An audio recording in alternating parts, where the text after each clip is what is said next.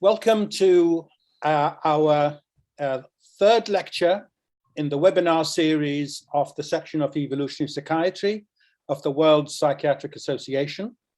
I'm Riyad Abid, the secretary of the section. Our speaker today is Professor Henry O'Connell. Professor O'Connell is a consultant psychiatrist with the Laois-Offaly Mental Health Services based in Portlaoise, Republic of Ireland, and is Adjunct Associate Clinical Professor of the School of Medicine with the School of Medicine, University of Limerick. Henry has had a long-standing interest in evolution and psychiatry, and particularly in relation to clinical applications of evolutionary principles in mental health, and also the need for enhanced medical education in the area of evolution. In 2021, Henry was instrumental in collaboration with colleagues in establishing the Evolution and Psychiatry Special Interest Group at the College of Psychiatrists of Ireland, of which he's founding chair. Also, earlier this year, he published his first book in this area titled Evolution and Psychiatry Clinical Cases, which is available from Amazon in Kindle format, and which I would highly recommend to both evolutionists and clinicians at all stages of their careers. The title of Henry's talk today is The Application of Evolutionary Thinking to Clinical Settings. Henry will be speaking for around 45 minutes, and there will be plenty of time afterwards for questions and discussion. So over to you, Henry. Thank you, Riyad. So I'll just screen share here.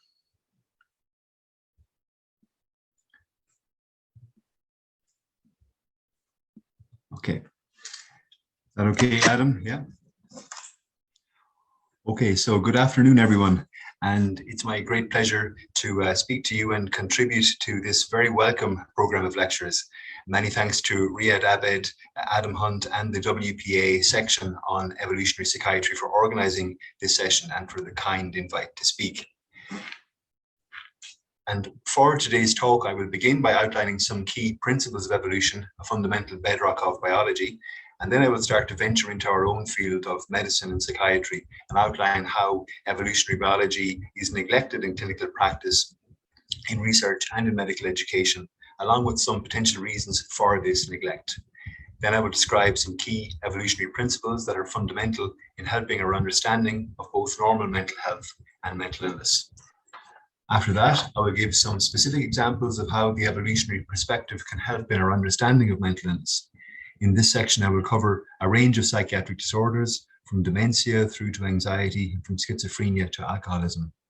Finally, I will share my own views on how the evolutionary perspective can in the future enhance clinical treatment of psychiatric illness and research, and the need to educate future doctors and indeed the whole population on the central importance of evolutionary biology. I will then make some summary and concluding points and give you some sources for further reading. And hopefully we will have some time at the end for questions, comments, and discussion. So to begin with, some core principles. Firstly, an organism reproduces. Secondly, the process of reproduction leads to offspring that are slightly different from the parents and from each other. And finally, the offspring are tested and selected by their environmental conditions, with only those that are most suited, the so-called fittest, managing to survive and reproduce themselves, with those fittest ones most likely to see copies of their genes replicated in future generations. Then the whole process starts again and is repeated over and over. It's as simple and profound as that. Selection can be natural, driven by nature, artificial, with humans selecting and breeding animals for certain characteristics, and sexual, whereby members of the opposite sex choose partners based on certain characteristics. Other genetic processes, of course, also take place, such as genetic drift, leading to gradual changes in genomes over time. Another key principle of evolution is that there is no intentionality. Random changes occur and are selected or not. And of course, there is no grand design. Even an individual as seemingly perfect as you is not designed, and you are full of mental and physical flaws. The basic principles of evolution the changeable nature of individuals and species between generations, the selection of organisms by artificial, natural, and sexual selection, combined with a lack of any intelligent design, all seem obvious now. But the ideas were quite revolutionary when first presented in a coherent way by Charles Darwin in On the Origin of Species. The level of supporting evidence over the past century and a half is so overwhelming that evolution is now taken as a central bedrock of biology. Darwin himself, of course, hinted at the potential for evolution in psychiatry and psychology when he made this statement in The Origin of Species, that psychology will be based on a new foundation, that of the necessary acquirement of each mental power and capacity by gradation. Light will be thrown on the origin of man and his history. Despite the importance and centrality of evolution in biology, we know that evolution is neglected in medicine and psychiatry. And why is this? Well, there are multiple reasons for the neglect of evolution in our field. I believe that one big barrier is our own cognitive constraints in trying to conceptualize the length of time, the sheer length of time that is required for evolutionary change to take place. And this, of course, is a general barrier to the acceptance of evolutionary thinking seen across the scientific community and wider society. There are also obvious conflicts between evolutionary biology and religious beliefs of all kinds. This was evident to Darwin in a time when the Church of England was all-powerful and he risked censure and exclusion from society. The conflict between evolutionary biology and religious belief is still evident in many parts of the world. For scientists, the key concepts of evolutionary biology often seem plausible and interesting, but may also seem untestable. For busy clinicians, the ideas may seem interesting, but they may lack obvious practical usefulness. And finally, we are all, of course, conscious of past misinterpretations and abuses of evolutionary biology for political and indeed racist purposes. Now I'll move on and outline some key evolutionary principles and try and integrate those with clinical medicine and psychiatry. And the 6 key principles that I outlined are drawn from Randolph Nessie's writings, most recently in Good Reasons for Bad Feelings. The first 2 relate to the slowness of the evolutionary process itself in humans. To begin with, mismatch is the initial principle. Our bodies and minds are unprepared to cope with modern environments. So this is a key principle, and it's important to consider that we as a species have spent perhaps 99% of our existence in pre-industrial and indeed pre-agricultural settings, living in small groups of closely related individuals, foraging for scarce food supplies in dangerous and hostile environments, and rarely meeting outsiders. This is sometimes referred to as the environment of evolutionary adaptiveness, or the EEA, although there were likely many different EEA scenarios. But these scenarios are where our current traits, characteristics, and coping strategies were evolved and were honed. A good concrete example of evolutionary mismatch with which to begin is that of our tastes and appetites for particular foods. In the pre-agricultural environment of our ancestors before 10,000 years ago, highly calorific, sugary, and fatty foods would have been in short supply. Those who had a taste for such food types and a propensity to binge on them when they became available are likely to have had survival advantages over others. In many modern environments, access to such foods is easy and cheap, and supply is limitless. Therefore, our Stone Age appetites are likely to drive many of us to excess consumption with associated health problems, including obesity, diabetes, and some cancer types. Likewise, certain anxiety states and disorders could be used as examples of psychiatric illness arising due to environmental mismatch. For example, it's plausible to consider that background levels of anxiety and agoraphobia may have had protective roles in the relatively more dangerous environment of our ancestors, whereas in our generally safer and more comfortable modern environments, such symptoms may be perceived as being due to illness. The next principle is infection, relates to infection. Bacteria and viruses simply evolve faster than we do. So bearing in mind that reproduction is the engine that drives the pace of evolutionary change, it follows that rapidly replicating microorganisms are always several steps ahead of large multicellular organisms such as ourselves in the evolutionary race. So while our immune systems respond slowly to new microbial threats with tiny, if any, changes from generation to generation, our microorganism adversaries and allies can produce hundreds of thousands of generations during the timescale of a single human lifetime.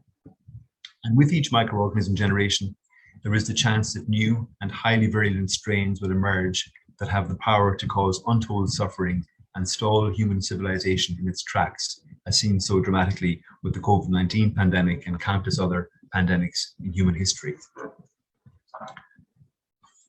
The next two principles relate to constraints and trade-offs. Regarding constraints, there are just some things that natural selection can't do. So a fundamental principle of evolution is that the process is blind, directionless, and there is no overarching plan or design, intelligent or otherwise. So each new generation of an organism and each new individual mutation is pitted against the prevailing environment of the time, and the fittest individuals are selected to survive and reproduce. While this process leads to some exquisite phenomena and characteristics that appear to be perfectly designed for their environment, for example, this hummingbird using a perfectly designed beak for sucking nectar from deep inside a flower, the process can also be inefficient and lead to problematic vestiges such as the human appendix, wisdom teeth, and our tendency to develop back pain. The recurrent laryngeal nerve, seen on the right of this image, is another often cited example of the limitations and blind alleys down which the evolutionary process can sometimes take us. The circuitous route taken by this nerve from the base of the brain, down the neck, into the chest, looping around the aortic arch, before returning back to the vocal cords, serves no clear purpose. However, now that route is established in mammals, evolution is limited in and has no interest in reversing this obvious design flaw. And I use the design flaw in inverted commas. And then there are trade-offs. Everything in the body has advantages and disadvantages. So certain medical conditions that are ostensibly perceived as illness may also have an adaptive flip side. Classic research by Haldane on sickle cell disease demonstrated that the heterozygous carrier state for this condition conferred protection against malaria infection in populations living in endemic zones. Thus, while individuals with fully penetrant sickle cell disease suffer with the condition and are at risk of medical complications such as sickling crises, the condition may persist because of the protective benefits against malaria in carrier individuals. And then the last pair of principles relate to reproduction and defensive responses. Regarding reproduction, natural selection maximizes reproduction, not health. And I think of all the principles outlined here, this one is perhaps the most difficult to accept, as it involves deep reflection on the true nature of evolution. Evolution and natural selection are blind, directional processes. Genes that are associated with the traits and characteristics that lead to reproduction will be more highly represented in future generations. Going back to ideas such as the selfish gene of Richard Dawkins, evolution has no interest in our comfort or happiness. If a trait makes us deeply unhappy and stressed, but increases our reproductive potential, then it is more likely to be represented in future generations. And then we have defensive responses. Responses such as pain and anxiety may be useful in the face of threats. So evolutionary thinking may therefore rescue us from simply viewing symptoms as being diseases, a potential error in clinical practice and in the thinking of the general public. So just as pain, fever, and vomiting may have adaptive and protective benefits in combating illness and are viewed as symptoms of underlying conditions and not as primary disorders in themselves, certain psychiatric symptoms such as anxiety and low mood may have adaptive benefits, especially at milder levels of severity, and should not be regarded as being necessarily pathological. So these 6 evolutionary reasons, as outlined by Randolph-Nesse, can be further categorized into 3 pairs. The phenomena of mismatch and the evolutionary race with microorganisms relate to the relatively slow nature of evolution in humans. The phenomena of constraints and trade-offs highlight that evolution does not produce perfect solutions or outcomes, and it has indeed no intention in doing so. And the last 2, relating to symptoms and suffering, highlight how the driving force and ultimate aim of genes, in inverted commas, is to be represented in future generations, not in the health, happiness, or well-being of us unfortunate organisms who carry them around. And then an additional principle relates to viewing diseases as adaptations, and it's a cautionary tale.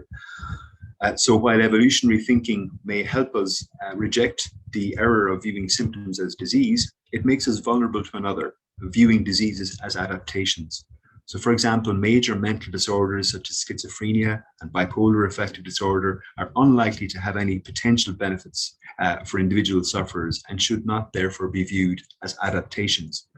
However, applying an evolutionary perspective asks the question why we as a species should continue from generation to generation to remain so vulnerable to conditions such as these. The evolutionary approach also encourages a broader and more truly biopsychosocial approach to assessing and treating individuals and families. Again, Randolph-Nesse has developed a useful acronym for guiding assessment of individuals from an evolutionary perspective. This is the social acronym, and it includes assessment of an individual's social situation, their occupation, their children and family, income, abilities and appearance, and love and sex, and how all of these different important aspects of our life interact. Alfonso Trozzi has another very useful acronym, the GOAL acronym, which focuses on giving less weight to symptoms and observing actual behavior, assessing functional capacities, and leaving your office to actually observe people in more natural settings and environments. So now I'll move on to specific psychiatric conditions, having outlined those general principles, and I'll outline how I believe the evolutionary perspective can improve our understanding and ultimately our treatment of mental illness. I will cover very briefly ADHD, anxiety, panic and phobias, mood disorders, schizophrenia, dementia, alcohol and substance use disorders, autism, personality disorders, and eating disorders. The traditional diagnostic approach, as we know in psychiatry, is to categorically define conditions based on symptoms and signs.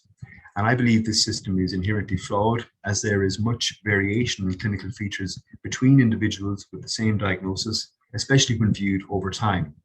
Furthermore, there is generally an absence of an underlying neurobiological basis or even genetic explanation for many psychiatric conditions. And while the traditional model asks proximate questions about how things have gone wrong at a chemical or brain level, the evolutionary perspective asks and is beginning to answer questions around why we are all so vulnerable to mental illness in some form or other, especially if sufficiently stressed or traumatized.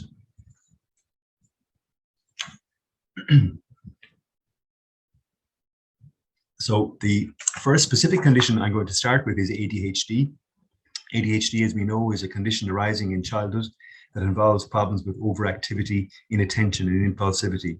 It is somewhat controversial in view of vastly differing prevalence rates between, for example, the United States and Europe. The evolutionary perspective asks many questions, including, for example, why certain children and adults exhibit such features, whether or not such features are on a continuum, and whether such features may have had functional and adaptive benefits for individuals and groups at different stages of our history as a species. It makes intuitive sense to consider that in the environments of evolutionary adaptiveness, a certain amount of overactivity, impulsivity, and adventure seeking would have been useful. However, in modern settings, particularly the sedentary and structured school system of our societies, children with such traits are likely to run into difficulties. One study from Kenya by Eisenberg et al. From 2008, looking at nomadic farmers, demonstrated how those with genetic correlates for ADHD did well in traditional nomadic settings where they were free to roam, explore, and learn through activity. When some of their relatives settled in more urbanized settings and their children attended school, those with genetic correlates for ADHD had difficulty. And implications of the evolutionary perspective for ADHD in that regard include the importance of physical exercise, outdoor activities, and more individualized approaches to teaching and learning. Moving on then to cover very briefly anxiety, panic, and phobias. Again, Randolph-Nesse comes up here. His analogy of the smoke detector principle is very useful, with anxiety and panic symptoms being conceptualized as smoke detector signals going off in our body. Again, our prehistoric environment and EEAs should be considered. In such times, Predators and other dangers were much more of a threat than in modern westernized post-industrial societies. Therefore, in our past, especially, a certain degree of background anxiety and phobias relating, for example, to certain animals or insects may have been useful, albeit very unpleasant. The evolutionary perspective suggests that we have inherited the anxious and phobic tendencies of those ancestors of ours who were anxious and phobic enough to notice danger and thus survive and reproduce. Perhaps those ancestors of ours with underactive smoke detectors simply did not make it. In modern settings, much of the anxiety and panic that people experience is not particularly useful and yet very distressing. Therefore, anxiety and panic states can be conceptualized as overly sensitive smoke detectors. This explanatory model is very powerful when used with many patients. Being told that their symptoms are false alarms from their body can be very reassuring and help greatly in engagement with therapy. And then we have mood disorders. These are more complex again, whether that's depression or bipolar affective disorder. But to begin with, it's important and obvious to note that we are all emotional beings with the capacity for sadness and happiness, depending on the circumstances. Low mood can be helpful when dealing with a loss, a difficult situation, or conflict with a powerful foe.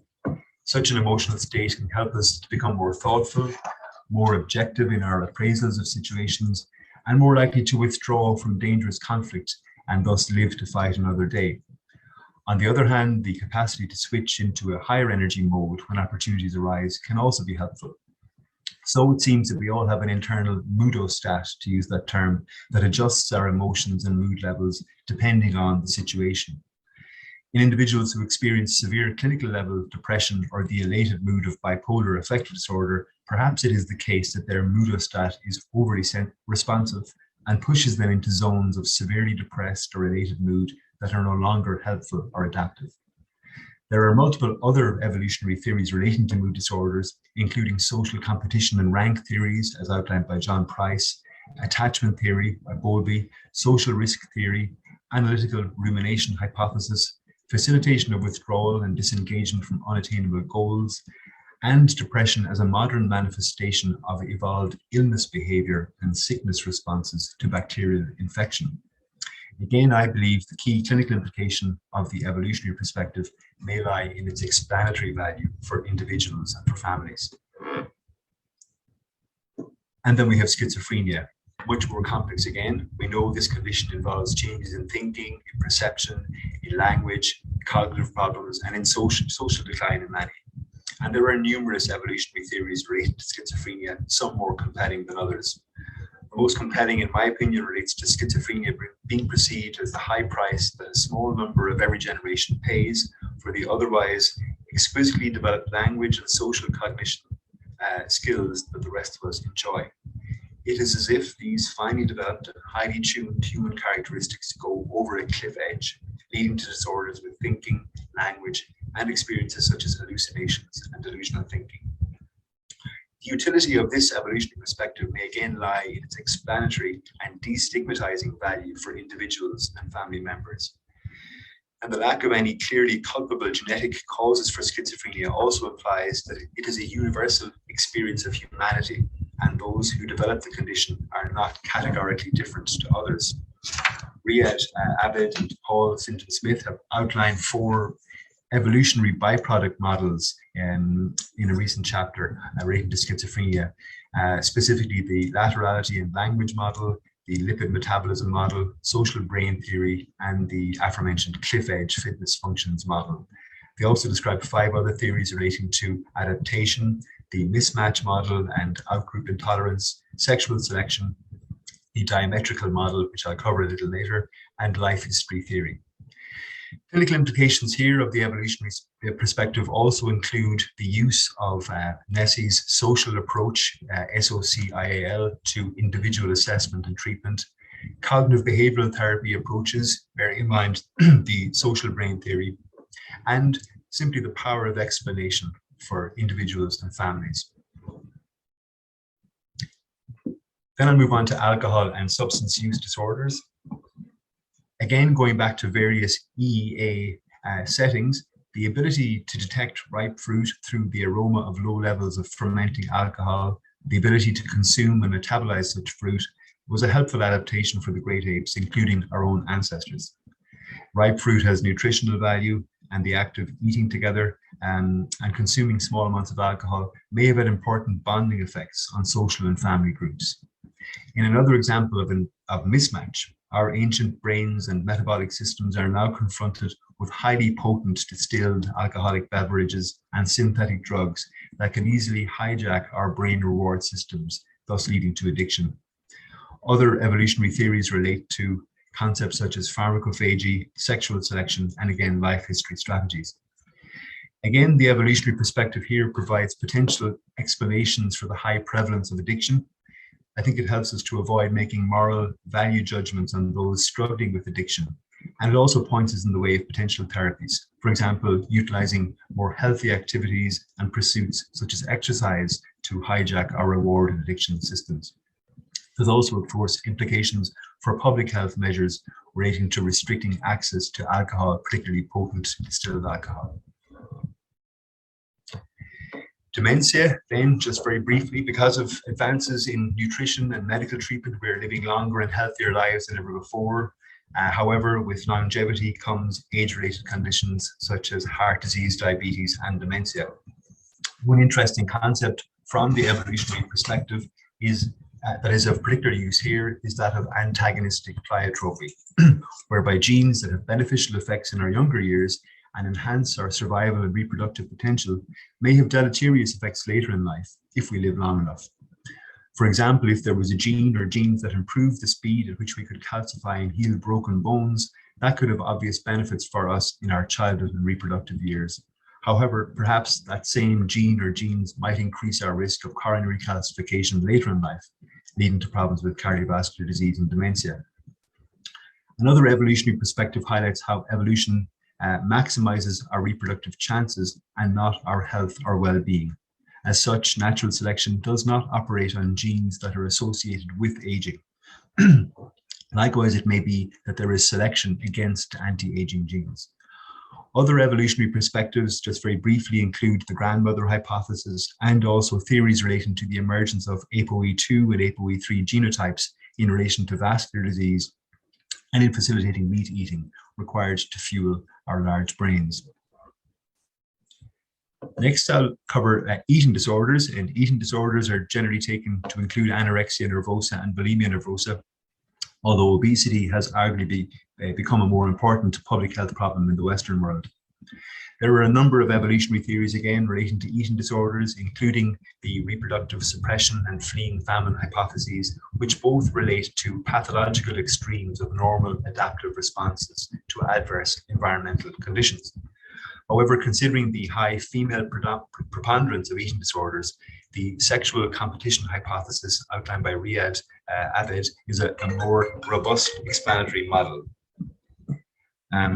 This theory is based on the proposition that female intrasexual competition leads to a drive for thinness as a visual indicator of nubility and reproductive potential. And when this becomes extreme and dysfunctional, the result is anorexia or bulimia nervosa.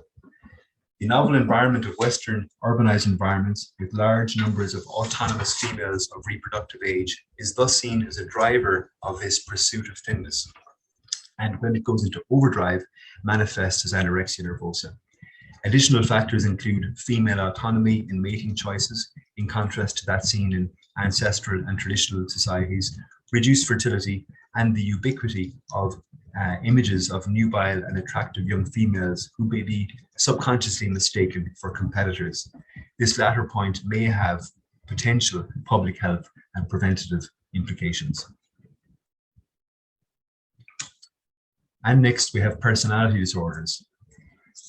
Current diagnostic systems, as we know, describe categorical criteria for personality disorder generally and for specific types.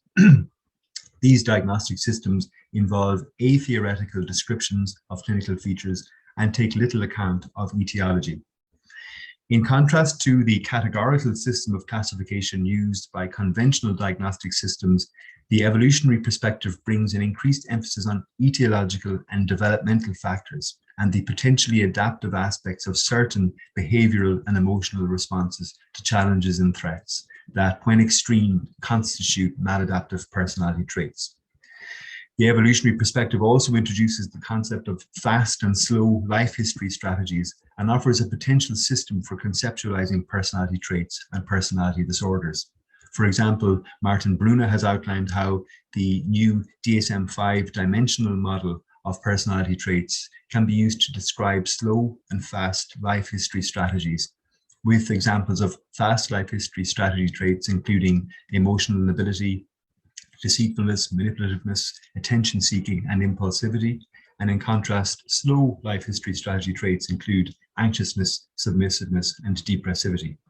It is plausible and indeed understandable that individuals who were abused and neglected in childhood are likely to subconsciously adopt fast life history strategies in order to improve their chances of survival and reproduction. Martin Brune sums this up with the statement that individuals with negative expectations about future resources tend to pursue fast life history strategies. While personality disorders generally involve maladaptive traits and patterns of behaviors, the evolutionary perspective outlines how such traits and behaviors may have potentially adaptive and protective effects, at least in milder forms. Furthermore, such traits and behavior patterns may be adaptive and protective at certain stages of life, but become maladaptive at other stages and in certain contexts.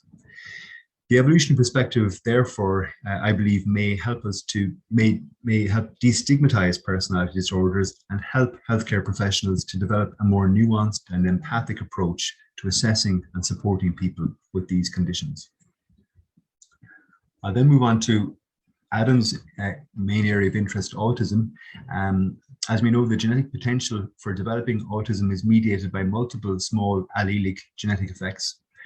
The fact that these genetic effects are preserved in the human genome suggests potentially that they may have evolved to serve adaptive roles.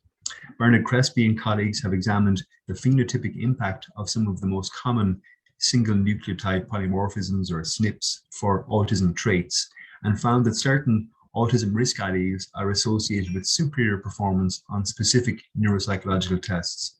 For example, the PITX1 and APC genes, which are associated with autism risk, are also associated with superior performance on mental rotation tests. Crespi has also examined a broader range of characteristics referred to as core elements of evolved human brain and behavior.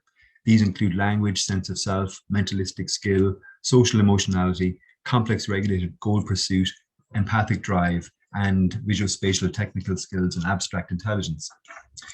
These characteristics are genetically mediated to vary in a bidirectional way, with the capacities of individuals varying on a spectrum. So, for example, language skills can vary from no language through to superior language abilities. When considered in the context of autism, most of these characteristics are impaired to varying degrees, whereas visuospatial technical skills and abstract intelligence may be relatively enhanced in autism. And I believe, again, this evolutionary and characteristics-based approach to conceptualizing autism takes us away from an overly simplistic binary autistic or not autistic view of individuals. More importantly, this perspective highlights how autistic traits are not necessarily pathological, but may instead represent exaggerated phenotypes of inherited and adaptive characteristics. Crespi takes a further significant step in proposing that these listed elements relating to autism may have reciprocal and opposite manifestations in autism as opposed to psychotic and affective conditions. For example, impaired language development in autism may be mirrored by excessive emphasis on language in psychotic and affective disorders with the experience of auditory hallucinations. Likewise, impaired empathetic and theory of mind abilities in autism may be mirrored by the excessive empathizing of emotionally unstable personality disorder or paranoia in psychotic states. These mirroring effects have potential treatment implications with opposite impacts of psychotropic medications and psychotherapy on autism versus psychotic affective conditions. This is referred to generally as the diametrical hypothesis. So, just to try and sum things up at this point, the future, I believe that for evolutionary biology to have relevance to clinical psychiatry, We must develop more practical public health and indeed direct clinical applications if possible, to help to reduce the burden of illness and to help busy doctors to care for their many patients. However, there may not always be direct public health or clinical implications of the evolutionary perspective. Instead, evolutionary biology can be seen like epidemiology or genetics, an essential basic science to enhance our understanding of the human condition, of normal mental health and illness. The social and goal acronym frameworks are useful starting points for conceptualizing mental health problems in our patients. The evolutionary perspective has potential in psychotherapy in providing an overarching explanatory framework to explain mental illness and to harness the benefits of social connection and innate human tendencies for compassion to the self and others, as described so extensively by Paul Gilbert and compassion-focused therapy. Evolutionary principles should also be borne in mind when considering pharmacological treatments in how we assess, formulate, and treat or don't treat specific symptoms, conditions, and situations. The smoke detector principle, of course, is a specific example from the evolutionary perspective that is very helpful. Other public health implications, as I've mentioned already, include restricting access to alcohol and synthetic drugs, and perhaps more controversially, controlling the use of images in advertising. We must also, of course, always be careful not to fall into the trap of just so thinking, going along with ideas just because they sound attractive and plausible, but may not in themselves be researchable or testable. And I believe most importantly, the evolutionary perspective should help take us beyond the traditional categorical definitions used in psychiatry and the limited biopsychosocial model, and highlight how we are all vulnerable to illness if sufficiently stressed or traumatized. The evolutionary perspective is thus destigmatizing, and it prompts a much more comprehensive assessment of the individual, the family, and the wider social and other environmental context for individuals with mental health problems. Finally, education about evolutionary biology for future generations is essential. Education for medical students, for other healthcare professionals, and even for school children of all ages. With better educated future generations, we are more likely to produce more research and more practical implications of the evolutionary perspective. With this in mind, I've started a series of lectures for medical students at the School of Medicine in the University of Limerick, and I'm hoping to introduce evolutionary biology to the postgraduate teaching program for Irish psychiatrists of the future. So to summarize and conclude, I started with some key principles of evolution. Then I outlined how evolutionary biology is neglected in medicine and in wider society, along with some potential reasons for this neglect. I then outlined key evolutionary reasons for why we can become mentally unwell, and then I applied key evolutionary principles to major psychiatric disorders. I believe the evolutionary perspective takes psychiatry beyond the currently limited categorical approaches to diagnosis and the focus on proximate or how questions as to how mental illness operates, asking also ultimate questions about why our emotions, our thought processes and behaviors are prone to becoming dysfunctional. One of the many important messages, as I said, of the evolutionary perspective is that we are all more alike than different, and we all carry tendencies and vulnerabilities to develop problems with our mental health. Developing educational initiatives for med students, for postgraduate trainees and other medical disciplines, and even developing educational initiatives at schools level is thus likely to help future generations think more in evolutionary terms and use evolutionary insights to develop future research strategies and clinical therapies. Finally, I just have some further reading. I would of course recommend Randolph Nessie's two most important books, Why We Get Sick from the mid-90s and his most recent publication, Good Reasons for Bad Feelings. I would also recommend Martin Bruna's textbook of evolutionary psychiatry. Riyad and Paul St. John Smith have a multi-author textbook on evolutionary psychiatry due for publication this year. And you may also be interested in my evolution and psychiatry clinical cases, where I write about 10 fictionalized patients with various psychiatric conditions and demonstrate how the evolutionary perspective can improve treatment and future research. Paul Gilbert, as I've mentioned, has written extensively on evolutionary implications for psychotherapy. So finally, I would just like to thank again the WPA, Riyad and Adam for the kind invite to talk today, and I'd like to thank you for your attendance and attention, and I hope that we have time for some questions and further discussion. Thank you very much indeed, Henry, for a really masterful suite of a massive amount of literature. Now, we have plenty of time for questions and discussion. I'm just looking in the chat box, and I'm also looking for any hands raised.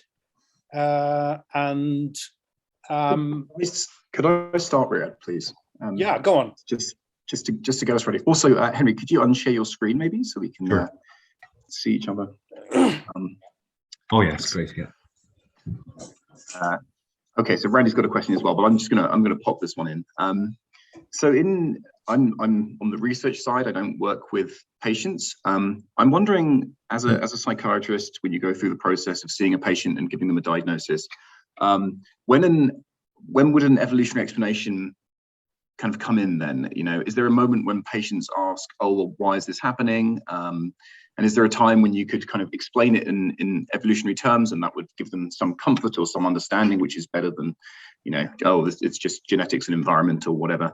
Would it affect families in a positive way? I'm just interested now, you know, having this conceptual toolkit for psychiatrists would play into that sort of diagnostic process, and if you have experience of that and what you think about that. Yes, yeah, and I think it's I think of it like any other fundamental basic science like epidemiology or genetics. It's essential background information for a psychiatrist, and it may not come directly into clinical therapies or discussions with patients and families. In fact, it often doesn't, because some of the ideas may be just a bit too out there and abstract to deliver to someone who's maybe mentally unwell or to a family who are going through a stressful time. So generally, I would say 95% of the time, it's there in the background as a guiding principle, and but there are some specific applications, maybe like the smoke detector principle, which I know Randy has described very well, and that is very effective. You can see a light going on for people who have anxiety and panic disorder when you describe that. And Randy would say, of course, that lots of people who get that explanation don't ever need to come back to see you again. Maybe 25% of people were kind of cured by the explanation. But generally speaking, it's not that straightforward. Generally, it's more of a guiding set of principles. And I think it encourages a more active appraisal of a biopsychosocial assessment. I think oftentimes in psychiatry, we pay lip service to the biopsychosocial model. It's just a tick box thing. Whereas if you think in evolutionary terms, I think it really, you become much more immersed in that broader assessment of individuals. So yeah, that's my take on it. I've had that question a lot, and I've thought about it very deeply. And some people have a second question following on, which is, are you anti-psychiatry? So is this so different that you're kind of one of these people who thinks psychiatry is all a big lie?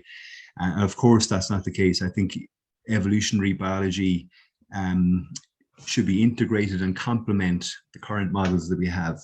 And it may not always come to the fore, it may not always be directly relevant, but it should be used to inform our clinical practice in the background. And it may even, I think it should also be used to inform other scientific disciplines like genetics, because oftentimes we've had discussions about genetics and genetic research, which can be very blind and directionless, and maybe about just accumulating data with no real overarching theoretical models. So I think the evolutionary approach can be very helpful for basic scientists as well, not just clinicians.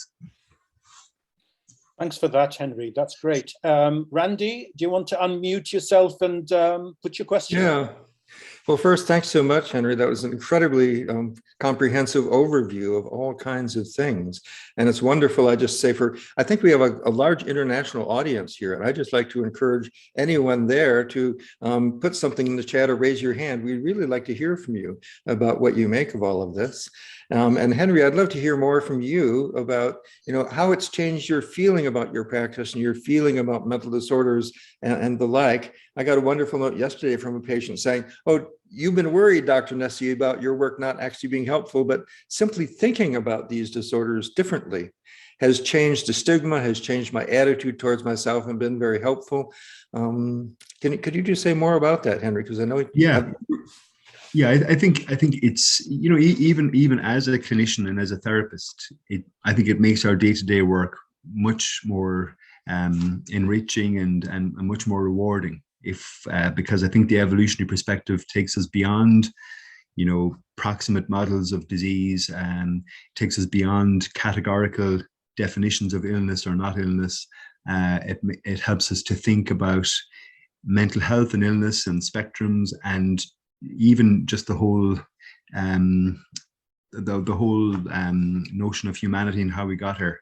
And so it just opens up. I know Tom McMonigal, who was on here, Tom introduced me to this topic 20 years ago, and he said to me very prophetically, this area will change your life once you get into it. And he was right.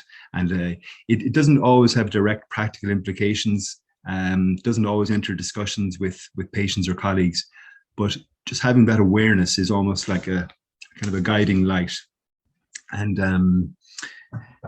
so not always immediately relevant, but I think it's just intellectually very stimulating, and it opens up all kinds of windows and avenues. And I think our patients pick up on that too. If they know that we're energized and we're intellectually stimulated by what we're doing, people pick up on that enthusiasm. And so yeah, hope that answers your question to a point. Thanks for that, Henry. There's a question in the chat box by Priya Bajaj, and the question is around survival. What is your view on major mental disorders and one's evolution after an episode of mental illness? Is it possible that evolutionary biology plays a role in major mental disorders as it evolves and transforms perspective? I'm wondering whether the word evolution here is used as a synonym for development rather than evolution over time. Okay. Do you want to go ahead and have a go at answering that?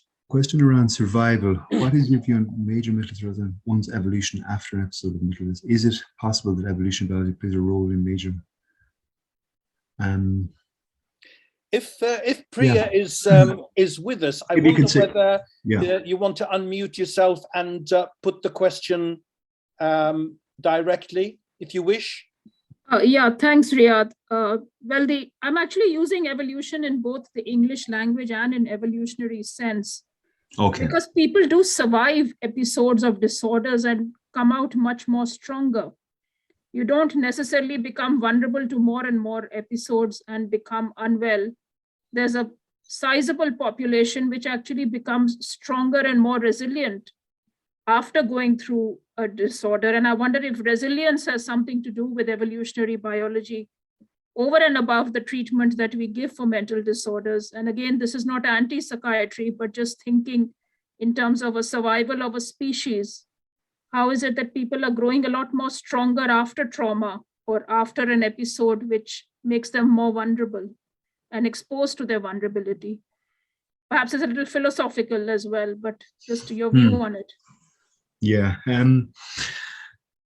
I guess, in practice, when an individual patient has been through an episode of severe depression or anxiety, sometimes people will learn, and they will well, hopefully most of the time people will learn and they'll know about their triggers and their early warning signs, and maybe the evolutionary perspective then can add an additional layer of meaning for the patient and help them in terms of general psychoeducation and engagement with future therapy, whether that's cognitive behavioral or maybe compassion focused therapy as described so well by Paul Gilbert.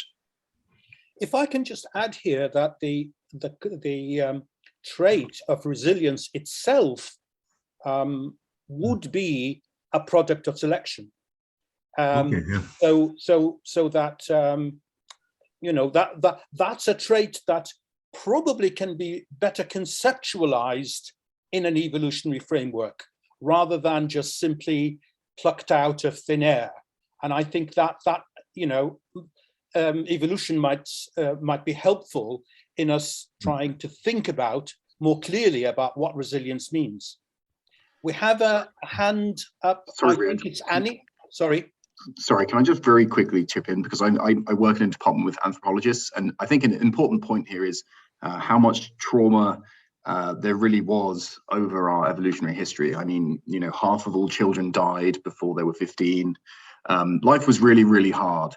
Now, whether that relates to major mental illness, you know, that's a different question, but definitely, you know, the fact that we were often exposed to these very traumatic experiences much more often through human evolution is definitely relevant, I think. Anyway, yes, we should hand over to Annie, who's got her hand up. Annie has her hand up. Go ahead, Annie. Annie. Unmute yourself, Annie. Thank you, Henry, for a wonderful talk, which I've really enjoyed. I have a question around eating disorders, but I just wanted to say something about resilience as well, because as a child psychiatrist, we think about development a lot and gene-environment interactions, and the dandelion orchid hypothesis, or actually it's not a hypothesis, it's the gene-environment interactions, so that there is nature doesn't put all her eggs in one basket. So some children are naturally more resilient, they're more like the dandelions, and then you get some who are more sensitive to the environment, and they are the orchids. And the ones who are more sensitive might be more likely to be our patients, and they are more likely to, when things are tough, to struggle. But when they then are in environments which are good for them, they outperform the rest. So I think that's just also something to consider, Priya. My question around eating disorders, which I just suddenly thought about, because I'm aware of the intrasexual female competition, but I was wondering about something else based on several patients I've seen with teenage girls who develop anorexia because they want to not become fertile. So often in cases where there is sexual abuse, and that it is then instrumental in a way to prevent pregnancy. So I was just wondering if that was something which had been thought about in the literature, because I'm not really...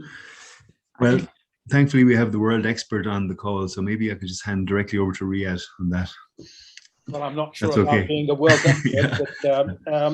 but I mean, the answer to that is that in the evolutionary literature, there's not much written about this particular variant, but I've had discussions with colleagues about the issue of some kinds of anorexia possibly being a form of competition to display chastity, so that rather than intrasexual competition to display attractive sort of bodily form, that it is actually given that the human lineage has developed a mating system based on pair bonding, where chastity can be valued in certain human settings and certain ancestral settings, that might be a form of competition, but a different kind of competition. I think that idea has some, some mileage and is worth pursuing. The model that you have mentioned may be a slightly different variant to that, where traumatized girls may unconsciously wish to delay puberty. I think that's the model that you now. I'm not aware of any evolutionary sort of models of that, but it could be one way of thinking about it. Could be that this is a form of mismatch, that child abuse, the whole area of child abuse, may well be at least partly related to modern human conditions, where the kind of protections offered by the extended family and so forth in ancestral settings can be absent, and where children in certain modern environments might lack any protection against an abusive carer, whether it's parent or parent surrogate. So I think there are some sort of interesting evolutionary ways one can think about these things further. Okay. I actually have an interesting anecdote which is very relevant from teaching evolutionary psychiatry here in Zurich, because a student emailed me after my lectures and said that she was very interested in the evolutionary approach because she had been diagnosed with anorexia, and she found that the explanation of anorexia, which is one of the many various theories, the explanation of anorexia which rang true to her was of calorific control, giving you energy and making you feel more motivated to hunt. So she found that calorific control to her actually just gave her made her feel alive and energetic, and like she could do things. And once she ate, then she felt very low, and that she was unable to act. And so she found this. She stumbled upon this. I'm afraid I'm not exactly sure whose theory this was. Maybe Cardinal. Anyway, this. But what I think is interesting here is a couple of points. Firstly, that she found it helpful, and whether or not this theory has validity, then it seemed to make sense of her condition, and she kind of used it in her own therapeutic process. But also, we have to remember that many of these disorders, which we're categorizing together as anorexia or depression, could have multiple explanations. There could be various reasons which lead to chronic states of depression, and various evolutionary explanations between them. So I think there's a couple of things to think about there. That one theory needn't be the correct theory, and also that in a clinically relevant way, having multiple theories can people can kind of recognize in their own situation what rings true to their own experience. Now, whether that's scientifically valid, I don't know, but if it has this kind of therapeutic potential, then that seems interesting. Right, I can't see any more hands raised. I mean, I'd like to. Sorry, go on. Are there any hands raised? Oh yes, there is a hand raised. I was looking for virtual hands. Literally, yes. There's a real hand raised by Paul. Unmute yourself, Paul, and ask your question. Thank you. I just want to thank Henry and to encourage him perhaps to write that up as an editorial. I think it would be a marvelous thing, as it was such an articulate exposition of the main theories. Thank you. And we hope to see that in print sometime. And just back to the anorexia, I agree with Adam, and the same is with alcoholism, that you don't have to have one theory. You can have multiple theories acting for different people at different times. And in fact, we go to Rantala on depression, and is it, Riyad will correct me, it's 12 different categories he suggests? Yes. And, you know, there isn't just one cause of depression. But with anorexia, going back to Annie's point, I would think that, I mean, I've seen young girls that have been traumatized by the first forays into sexuality, specifically by abuse, wanting to make themselves pre-pubertal again. Now, whether that's conscious or it's something else, I mean, I think they're sort of consciously aware of it, so there's a feedback loop. So I think, you know, both Adam's you know, fasting causing energizing, as well as, you know, trying to get rid of sort of covaciousness and periods and things, both count. They're just different circumstances.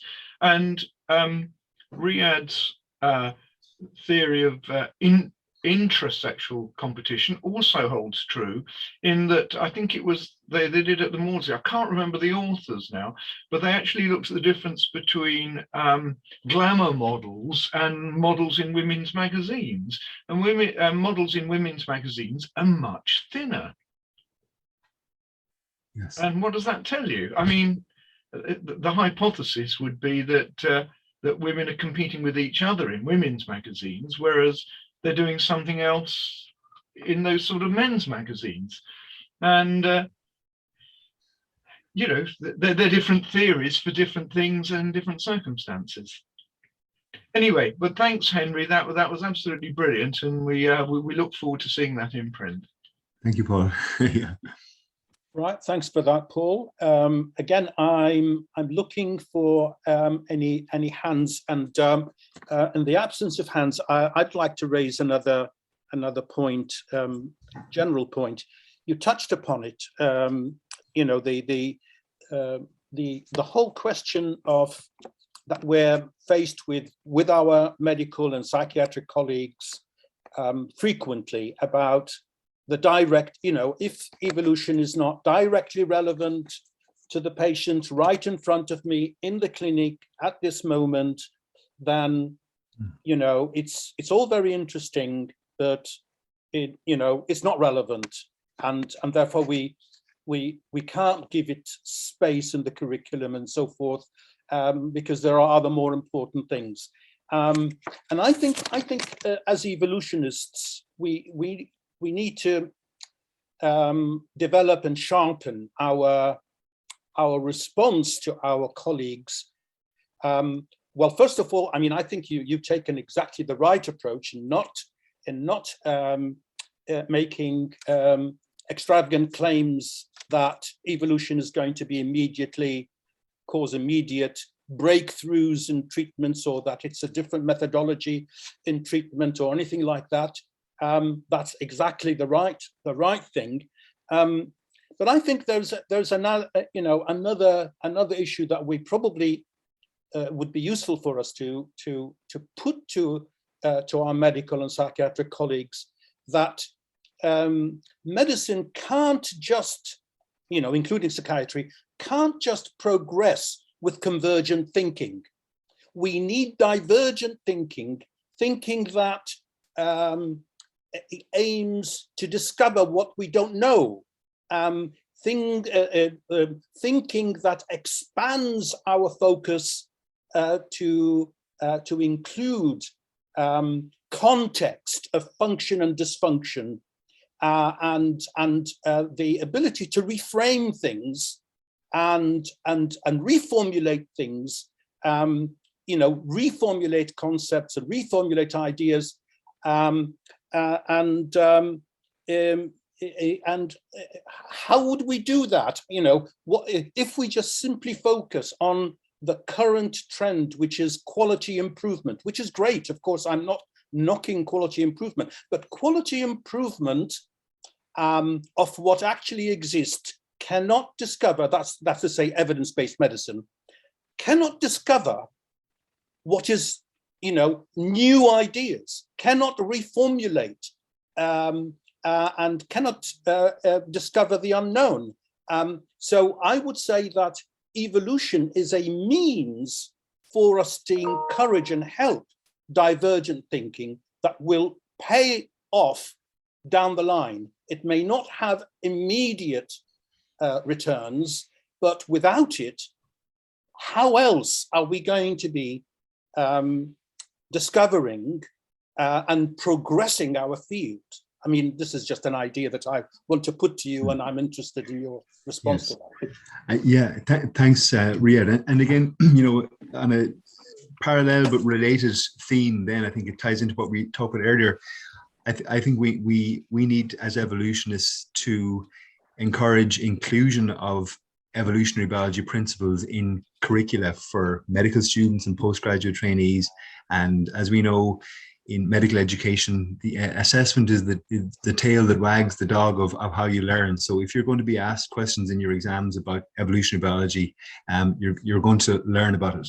And again, I wouldn't be pushing it as a whole new subject, but maybe if we could gently introduce evolutionary principles in some key areas in the curriculum. And people will say, well, the curriculum is already full and there's so much there too. But, if we could maybe include a paragraph in each chapter of a textbook, here is the evolutionary perspective and how it can enrich and how it can provide an overview. And then include some evolutionary questions in exams, whether they're final med or postgraduate psychiatry exams. And I think that in a way will almost kind of nudge people or force people into thinking more in evolutionary terms. And as we've had discussions of this before, but it'll build up the number of brains in the world thinking in those terms, and that's more likely to generate more new ideas and more research ideas and more practical clinical implications. So that's my next mission next week. I'm talking at the spring meeting of our absolutely. college. I mean, Mark, what I suggested was arguments to convince those in sort of position of authority in our institutions, colleges, universities, medical schools, and so forth, to actually warm up to the idea of including, evolution in their curriculum or in their teaching or in what is tested, in what students are tested on. Paul has his hand up. Yes, two things. One is fairly quick. You mentioned critical or anti-psychiatry, and we often get put together in the same boat. I mean, I see critical psychiatry as the modern manifestation of anti-psychiatry, and it's probably more clinically based rather than ideologically based.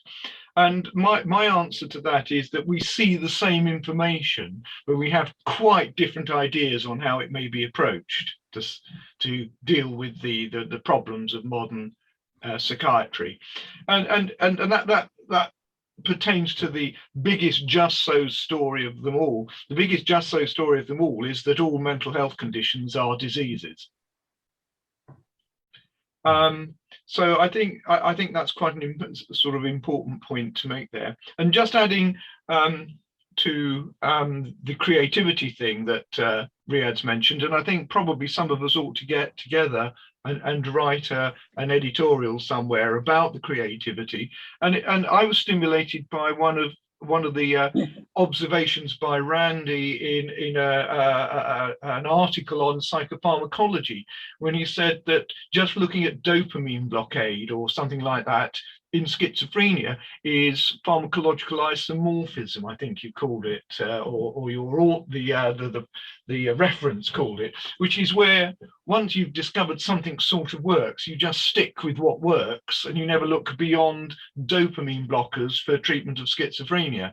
And so you actually constrain yourself, you actually get tunnel vision into only one model of what's going on. And I think that's been the real problem for psychiatry in recent years, especially the pharmacological side, is that we've got this isomorphism where we're just looking at something that sort of worked in the past and we only look at Me Too variants. Yes. And I think that's one of the things, and that's why we differ so much from anti-psychiatry, in that we're not saying that the drugs don't work at all or everything's social. Well, everything is social, but it's not only social. And your comment about biopsychosocial is also relevant, because instead of biopsychosocial being some sort of political compromise where we have to take all those into effect just because we do, we're told to. Evolutionary models give a reason why the social and the psychological are happening, or the causing the difficulties, and they become part of biology rather than separate from it. Anyway, that's my tuppeny worth. I'll hand it back to you, Henry. Thank you, Paul. I agree entirely. Yeah. I can't see any other hands up, and there are no other questions in the chat box. So unless there is any, there is a hand up. Tom, unmute yourself and go ahead.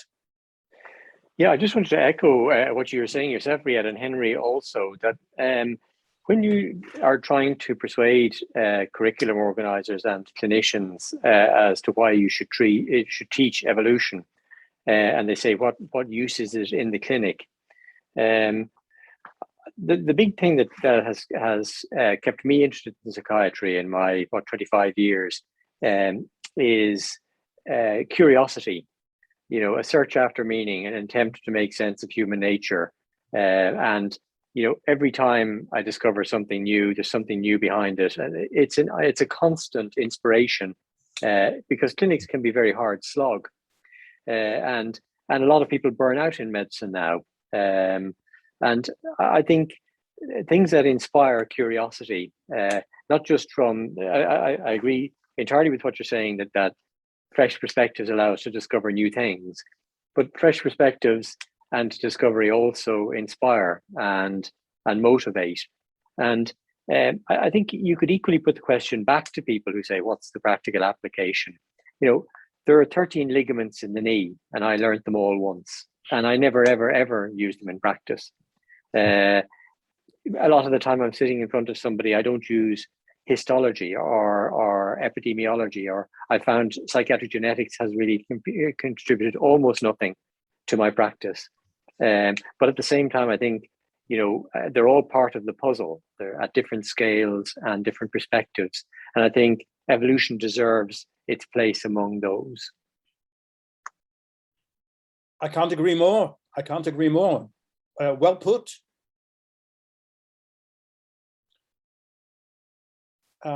I can't see any other hands up, in which case I think we will wrap up. It's been a great session. Thank you very much, Henry, for an excellent presentation, and I hope you take up Paul's suggestions of writing it up and publishing this as an article, or whether it's an editorial or a review article somewhere to make it available. I may be looking for co-authors, so I could be on to you and Paul. Great, I'll be honoured. And of course, just a reminder to everyone that we will be posting this this talk together with the Q&A on our YouTube channel. And it'll be available for students, clinicians, and everyone else who's, you know, interested as a learning and teaching resource. And also, our next speaker in 2 months' time is going to be Randy Nessy. So please register for that.